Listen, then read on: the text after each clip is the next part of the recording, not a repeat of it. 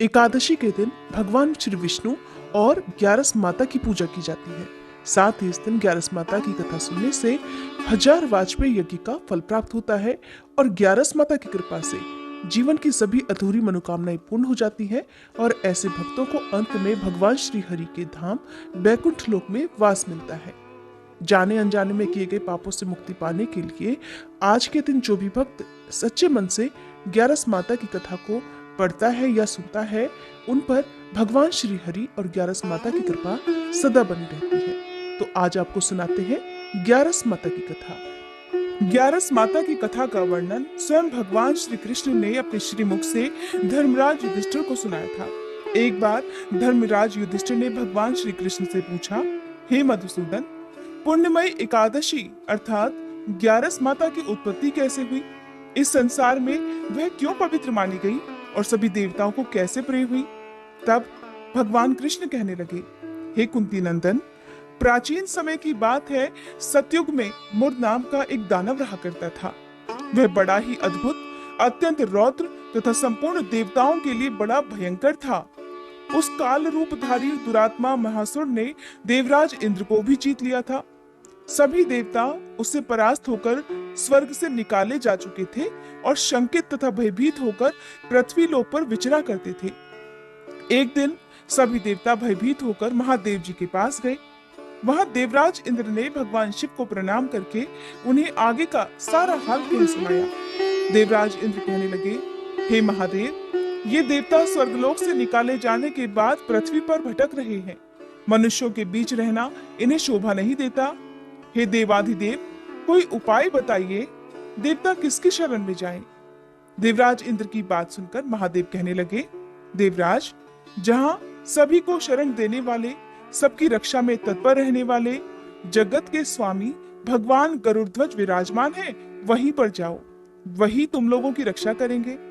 भगवान श्री कृष्ण कहते हैं, हे धर्मराज, महादेव जी की ये बात सुनकर परम बुद्धिमान देवराज इंद्र संपूर्ण देवताओं के साथ क्षीर सागर में गए, जहां भगवान गदाधर सो रहे थे। देवराज इंद्र ने हाथ जोड़कर उनकी स्तुति की।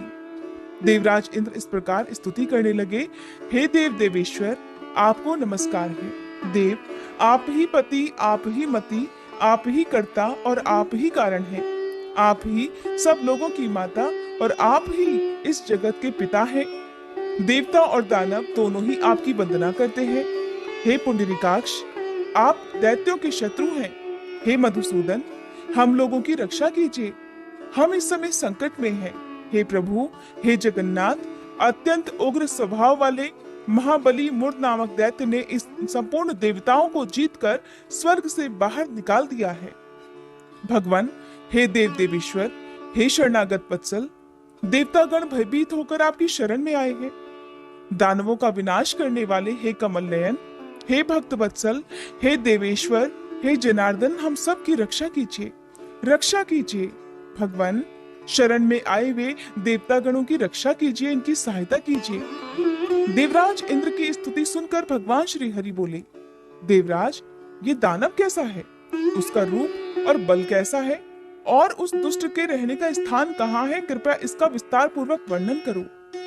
तब देवराज इंद्र इस प्रकार बोले, देवेश्वर, पूर्व काल में ब्रह्मा जी के वंश में तालजंग नामक एक महान असुर उत्पन्न हुआ, जो अत्यंत भयंकर था। उसका पुत्र मुर दानव के नाम से विख्यात है। वह भी अत्यंत उत्कट, महापराक्रमी और देवताओं के लिए अति भयंकर है। चंद्रावती नाम से प्रसिद्ध एक नगरी है, उसी में स्थान बनाकर वह निवास करता है। उस दैत्य ने समस्त देवताओं को परास्त करके उन्हें स्वर्गलोक से बाहर कर दिया है। उसने एक दूसरे ही इंद्र को स्वर्ग के सिंहासन पर बिठाया है। अग्नि, चंद्रमा, सूर्य, वायु तथा वरुण भी उसने दूसरे ही बनाए हैं। हे जनार्दन, मैं सत्य कह रहा हूँ, उसने सब कोई दूसरे ही कर लिए हैं।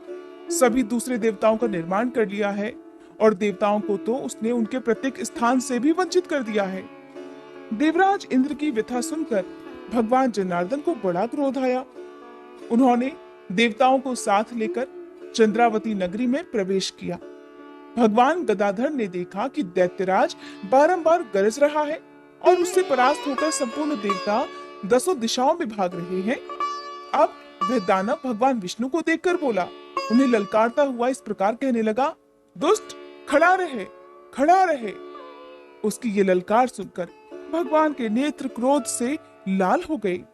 वे बोले, अरे दुराचारी दानव, मेरी उन भुजाओं को देख। ऐसा कहकर श्री विष्णु ने अपने दिव्य बाणों से सामने आए हुए दुष्ट दानवों को मारना प्रारंभ कर दिया।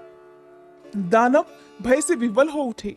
हे पांडु नंदन धर्मराज युधिष्ठिर, फिर भगवान विष्णु ने दैत्य सेना पर चक्र का प्रहार किया। उससे छिन्न भिन्न होकर सैकड़ों योद्धा मृत्यु के काल में समा गए। इसके बाद भगवान मधुसूदन बद्रिकाश्रम को चले गए। वहां सिंहावती नाम की गुफा थी, जो कि 12 योजन लंबी थी। हे पांडु नंदन, उस गुफा में केवल एक ही दरवाजा था। भगवान श्रीहरि उसी में विश्राम करने के लिए सो गए। वह दानव मुर भगवान को मारने के लिए उनके पीछे पीछे तो लगा हुआ ही था, अतः उसने भी उसी गुफा में प्रवेश कर लिया। वहां भगवान को सोता देखकर उसे बड़ा हर्ष हुआ। उसने सोचा, ये दानवों को भय देने वाला देवता है, अतः निस्संदेह आज मैं इसको मार डालूंगा। हे युधिष्ठिर, दानव के इस प्रकार विचार करते ही भगवान विष्णु के शरीर से एक सुंदर दिव्य कन्या प्रकट हुई, जो बड़ी ही रूपवती, सौभाग्यशालिनी तथा दिव्य अस्त्र शस्त्रों से सुसज्जित थी। वह भगवान के तेज के अंश से उत्पन्न हुई थी। उसका बल और पराक्रम महान था। हे युधिष्ठिर, दानवराज मुर ने उस कन्या को देखा। कन्या ने युद्ध का विचार करके दानव के साथ युद्ध के लिए याचना की और तब दोनों के बीच भयानक युद्ध छिड़ गया। कन्या सभी प्रकार की युद्ध कला में निपुण थी। वह मुर नामक महान असुर उसके हुंकार मात्र से ही राख का ढेर हो गया। दानव के मारे जाते ही भगवान श्री हरि निद्रा त्याग कर उठे। उन्होंने दानव को इस प्रकार धरती पर निष्प्राण देखा तो कन्या से पूछा, मेरा यह शत्रु अत्यंत उग्र और भयंकर था, इसका वध किसने कर डाला? कन्या कहने लगी, हे स्वामिन, आपके ही प्रसाद से मैंने इस महादैत्य का वध किया है। श्री भगवान ने कहा, कल्याणी, तुम्हारे इस कर्म से तो तीनों लोकों के मुनि और देवतागण आनंदित हुए हैं, अतः तुम्हारे मन में जैसी इच्छा हो उसके अनुसार मुझसे कोई वर मांग लो। देव दुर्लभ होने पर भी वह वर मैं तुम्हें दूंगा और इसमें तनिक भी संदेह नहीं। तब उस कन्या ने, जो कि साक्षात एकादशी ही थी, विनम्रता पूर्वक कहा, हे प्रभु, यदि आप प्रसन्न हैं तो मैं आपकी कृपा से सभी तीर्थों में प्रधान, समस्त विघ्नों का नाश करने वाली तथा सभी प्रकार की सिद्धि देने वाली देवी हो जाऊं। हे जनार्दन, जो लोग आप में भक्ति रखते हुए मेरे दिन को उपवास करेंगे, उन्हें सब प्रकार की सिद्धि प्राप्त हो जाएगी। हे महादेव, जो लोग उपवास, नक्त भोजन अथवा एक भुक्त करके मेरे व्रत का पालन करें, उन्हें आप धन, धर्म और मोक्ष प्रदान कीजिए। श्री विष्णु कहने लगे, हे कल्याणी, तुम जो कुछ कहती हो वह सब पूर्ण होगा, वह सब सत्य होगा। भगवान श्री कृष्ण कहते हैं, हे धर्मराज, ऐसा वर पाकर महाव्रता एकादशी बहुत प्रसन्न हुई। प्रेम से बोलिए ग्यारस माता की जय। उम्मीद है ये वीडियो आपको पसंद आई होगी।